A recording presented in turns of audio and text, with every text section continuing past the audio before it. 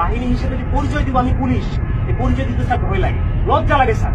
একটা বাহিনীর ফোর্স হয়েছে আমি নিজে পরিচয় দিব, আমার নিজের লজ্জা লাগে।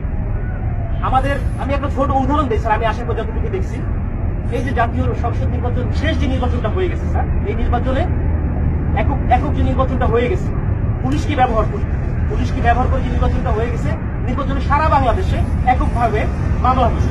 কিছু মামলা গায়েবী মামলা, যে মামলা কোনো ভিত্তি নাই, এই মামলাগুলো আমাদের কি দিয়ে করাইছে। সাধারণ জনগণ যারা আছে, বিএনপি যারা আছে, জামাত, যে কিছু জানেই না, তাদেরকে আমাদের গ্রেফতার করা লাগছে। জনগণের মধ্যে আমাদের যে শত্রুতা দৌরাত্ম্য সৃষ্টি হয়েছে স্যার, এই সাম্প্রতিক সময়ে একটা বিষয় থেকে আমাদেরকে নির্দেশনা দিচ্ছে যে এলাকায় কোনো বিএনপি জামাত থাকতে পারবে না, এলাকায় কোনো অন্য ভিন্ন ধর্মাবলম্বী কোনো কিছু থাকতে পারবে না। আমার এসপি স্যারকে তো আর মানুষ জানে না যে এটা আমার এসপি স্যারের কমান্ড ছিল, আমার ডিএজি স্যারের কমান্ড ছিল, এটা তো মানুষ জানে না। মানুষ জানে যে এটা আমি একজন সাব ইন্সপেক্টর, আমি এটা করছি। সন্তোষ নামে একজন সাব ইন্সপেক্টরকে মেরে ঝুলাই রাখছিল কি সাম্প্রতিক সময় যখন প্রথম আন্দোলন শুরু হলো স্যার, সেই আন্দোলনে একটা গাড়ি ভাঙচুর হয়, সেটা সরকারবাদী একটা মামলা হয়। সেই মামলার আয়ু ছিল হচ্ছে সন্তোষ, যাকে স্যার এটা জানানোর পরে আমাদের প্যাথেটিক একটা ঘটনা স্যার, আপনারা যে দেখছেন হয়তো স্যার, এখানে আপনাদের বিষয়টাও স্যার এখানে আসছে, আমরা সবাই এটা জানছি। তো এইরকম স্যার অনেক বিষয় আছে স্যার, আমরা কথা বলার কোনো সুযোগ থাকে না। আমরা চাই স্যার এই বাহিনীটাকে স্যার, এই যে রাজনীতিকরণ, এই রাজনীতিকরণ থেকে আমাদের দাবি দেওয়ার প্রধান যে বিষয়টা, সেটা হচ্ছে আমরা এই রাজনীতিকরণের মধ্যে স্যার থাকতে চাই না। আমাদের স্যার এখানে কর্মবিরতি চলমান আছে স্যার, আমরা কর্মবিরতি নিয়েছি সারা বাংলাদেশে একই অবস্থা স্যার। এখানেও স্যার আমরা যখন প্রথম এখানে আসছি, আমাদের ম্যাক্সিমাম সবাই স্যার সিভিলে ছিল, আমি জানি না আমার অফিসার ইনচার্জ, আমাদের অফিসার আমাদেরকে সবাইকে মানে যেভাবে হোক না কেন, ফোর্সফুল হোক যেভাবে হোক আমাদের পোশাক করতে সে বাধ্য করছে। আমি স্যার পোশাক করি না, তার মানে স্যার এরা যে আমি চাকরি করবো না।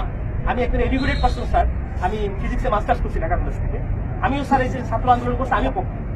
বাট এই পুলিশের সাথে সে প্রত্যেকটা হত্যাকাণ্ডের স্যার বিচার হোক, ছাত্র 200, 300, 400, 500 যা মারা গেছে, এটা বিচার হোক স্যার। আমরা চাই আমাদের যে সকল সিনিয়ররা স্যার কমান্ড করছে, যারা এগুলা করছে, তারা পার পেয়ে গেল কেন? তারা কিভাবে স্যার পার পেল? আমার এই প্রশ্নটা স্যার আমার থেকে যায় স্যার।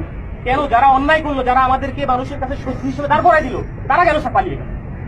তাদেরকে কেউ আটকালো না স্যার? আমরা যারা এই পর্যায়ে থেকে গেছি, প্রত্যেকটা মানুষের সাথে মিশে গেছি, আমরাই স্যার বিপদগ্রস্ত। কিন্তু স্যার দেখেন, বাংলাদেশে এখন পর্যন্ত কতজন পুলিশ মারা গেছে, এই মারার সংখ্যাটা কতজন মারা গেছে, এই সংখ্যাটা আমরা এক্স্যাক্টলি জানি না স্যার। একটা বাহিনী হিসেবে আমরা পরিচয় দিচ্ছি, বাট আমি জানি না যে আমার ফোর্স, আমার অফিসার রাস্তায় পড়ে আছে, কুকুরে লাশ খাচ্ছে স্যার। এই কথা দেখার মতো, বলার মতো কেউ নাই। আমরা আসছি স্যার যে আমরা একটা কার্যক্রম শুরু করব, আপনারা এটা করেন ওইটা করেন, এটা না স্যার। আগে বুঝতে হবে স্যার আমাদের জায়গাটা কোন জায়গায় স্যার, আমাদের চাহিদাটা কোন জায়গায়, এটা উপলব্ধি করতে হবে স্যার।